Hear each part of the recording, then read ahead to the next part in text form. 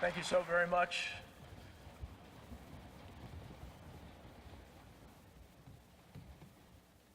Thank you, Chief Justice Rabner and the distinguished justices of our Supreme Court, Senate President Scutari and Speaker Coughlin, Majority Leaders Ruiz and Greenwald, Minority Leaders Bucco and DeMaio, our legislative partners. Thank you, Governor Murphy and Lieutenant Governor Way, for your dedication to the state of New Jersey for the last 8 years.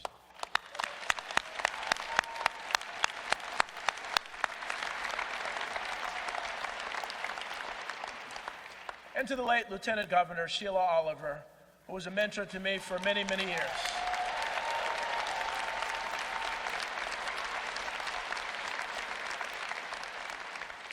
Former Governors Christie, Corzine, McGreevey, DeFrancesco, Whitman, Kane, and former Lieutenant Governor Guadagno.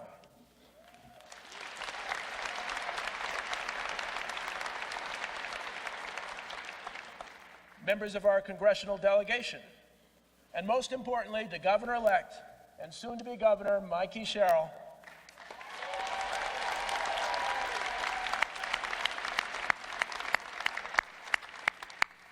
Thank you so very much for asking me to join you on this incredible journey. Thank you for your trust, your partnership, and your commitment to this great state. To my daughter Ashley and my family, thank you for your unwavering love and support. And to the people of New Jersey, thank you for placing your confidence in us. It is an incredible honor to stand right here today. Becoming Lieutenant Governor was not something that I ever imagined growing up. In fact, there was a time in our country's history when such a moment would not have been possible. Today is a reminder of what progress looks like. It is a reminder of what resilience and hope and courage can achieve. And it is a reminder that our work of fulfilling the promise to we the people is never finished. It's a sacred promise to the families, the workers, the students, the seniors, the dreamers, and the doers who make this state what it is. Yesterday, we honored Dr. Martin Luther King, Jr., whose life continues to challenge each of us to push forward for justice and to fight to make that eternal promise a reality. My father marched with Dr. King and carried his message in his heart throughout his life. My father taught me that faith must be active, not passive. He taught me that justice is not an idea, it is a responsibility. And he taught me that service is not optional, especially for those who have been blessed with opportunity. My mother, Grace Estelle Dungy Caldwell, gave me the strength of her love, the wisdom of her faith, and the belief that education and compassion can transform lives. Their values shaped the path that brought me here. It was faith that called me into ministry, and today I am humbled to serve as the first pastor to hold the office of Lieutenant Governor of New Jersey.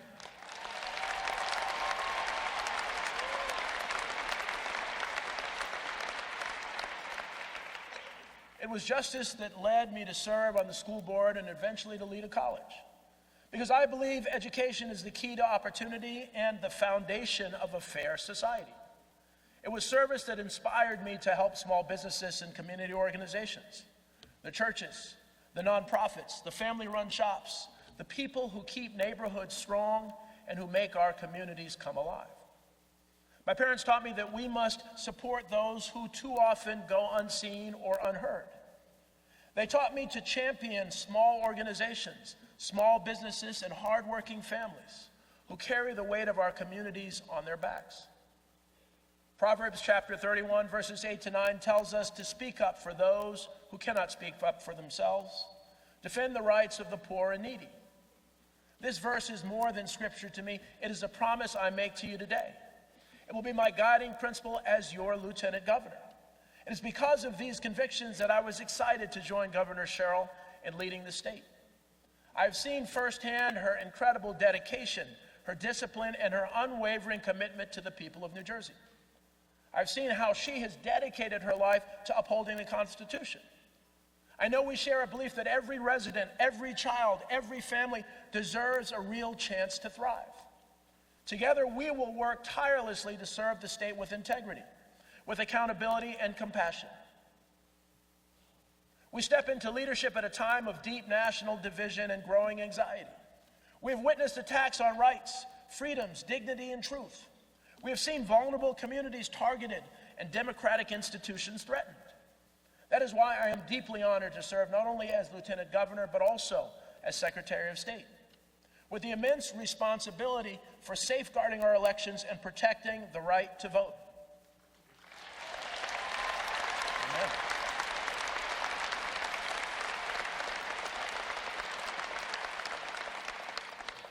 The right to vote is the cornerstone of our democracy. It gives every person a voice in shaping their future. Dr. King reminded us that without the right to vote, we cannot live as democratic citizens. We can only submit to the edict of others. We will not allow that to happen in New Jersey.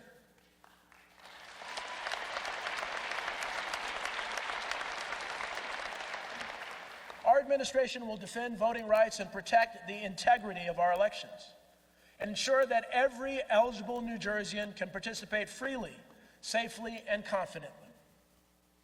But our work cannot stop at protecting democratic rights. We must also restore trust in the institutions of our democracy that serve the public. For too many people, government feels like an obstacle rather than a partner. For many families, the systems designed to support them feel slow, confusing, or indifferent. That's why the first thing we did after winning this election was listen. And the message was clear. The status quo is not working. That is why our administration is focused on lowering costs, strengthening small businesses, and expanding opportunity for every resident. Because that is what responsive leadership looks like. But beyond policy, we must strengthen the social fabric of our state. At a time when Washington is intent on tearing us apart, here in New Jersey, we must rebuild the trust between neighbors. In the church, we say, love your neighbor as yourself. And in my church, we add, we love you, and there's nothing you can do about it.